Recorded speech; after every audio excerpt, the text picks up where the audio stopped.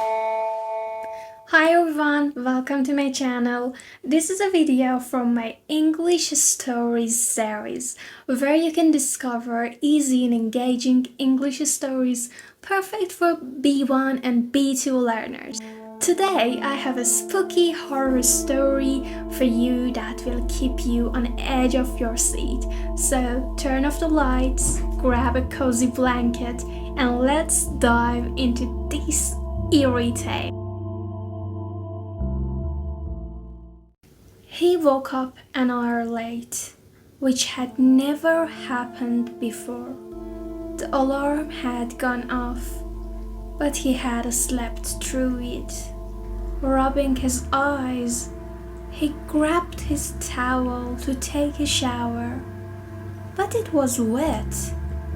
Confused, he opened the bathroom door and looked inside.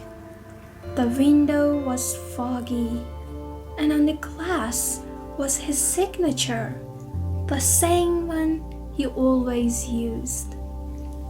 He felt a chill. Trying to shake off his unease, he took a shower, got dressed quickly, and left the house to buy fresh bread. At a bakery, the baker smiled and said, "You bought bread just an hour ago, remember?" He thought the baker was joking, ignoring the comment, and bought the bread again and went home to have breakfast. He wanted to brew tea, but found it was already made and the kettle was still warm. Anxiety crept in. To calm himself, he counted 10 of his favorite cartoon characters. A trick from childhood. When he opened the fridge to put away the bread, it slipped from his hand and fell. Inside, he saw another loaf he didn't recognize. What was going on? He took out a piece of paper from his pocket to check his daily tasks, which he had written on a whiteboard the night before and then set out again. His first stop was the bank. "Good morning. Can you check my account for any money?" he asked. The teller said, "You come here every day and there's never any news. Do you really think something will change in an hour? Let me check again. What's your account number?"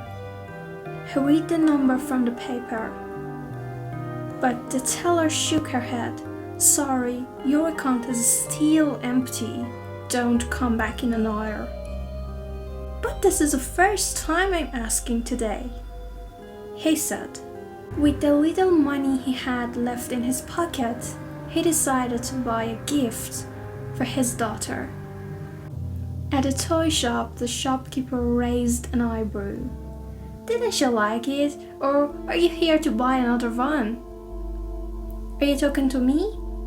he asked, surprised. "Is there anyone else here?" the shopkeeper replied. "Must be a mistake," he said. He arrived at his ex-wife's house with a Barbie doll in hand, feeling nervous. He rang the doorbell 3 short times and then 1 long ring. "Why are you back?" his ex-wife asked. "I come to give our daughter her birthday present. You reminded me, so I wrote it down big on the whiteboard. Can you call her?" "But you gave her a present just an hour ago. What? You saw she wasn't happy and bought another one?" His mind raced. What's happening today? It's like I'm doing everything an hour early. I think someone is playing a joke on me. "Maybe that someone is your imaginary twin brother," his daughter said, entering the room. "Hi, Daddy. Did you buy another gift?" "It's another Barbie doll." He felt shocked. Everyone is trying to drive me crazy today, he said. His ex-wife rolled her eyes. Even if you killed yourself, everything would be over. Do you expect me to divorce and marry you again? What? I'm having a nightmare in the middle of the day, he said, frustrated. Can I open the second present? His daughter asked. His ex-wife said, let me get the gift you gave her an hour ago.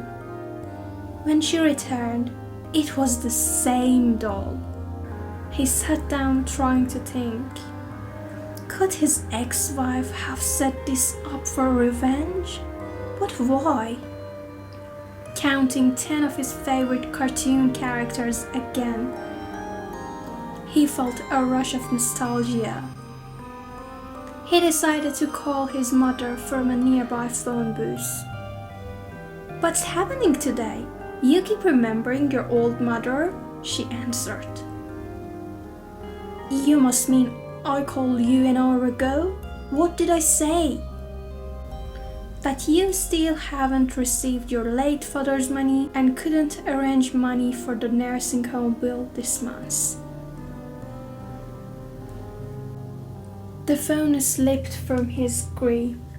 He started blankly hearing his mother's voice repeating, hello. He didn't hang up.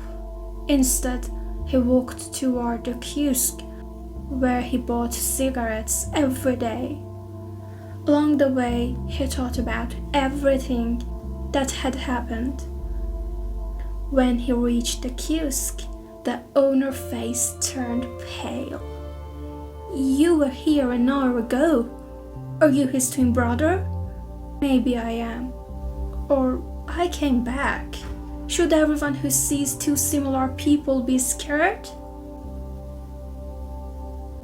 Not if they just look alike, but if both have a big mole on their forehead and one of them was hit by a car an hour ago?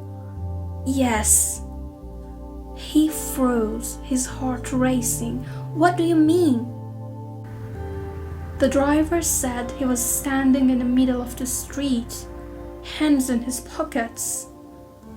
He looked down the street and saw dried blood. He counted 10 cartoon characters he had once wanted to be.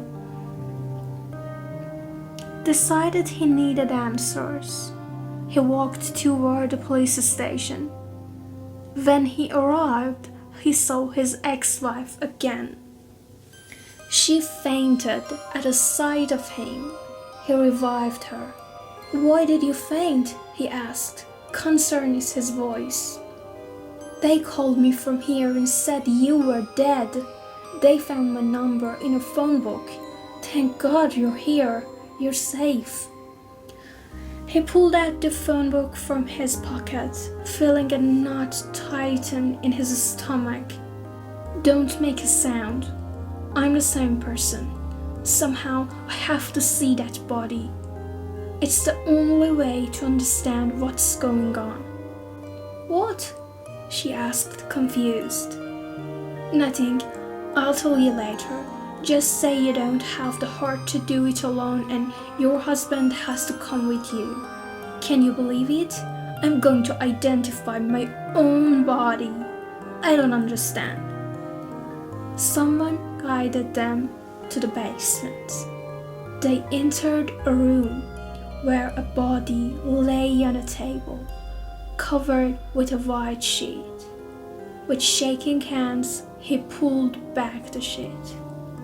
The face, staring back at him, looked just like his own, but this man had a large mole on his forehead, one of the only similarities between them. He stood frozen, trying to understand what was happening.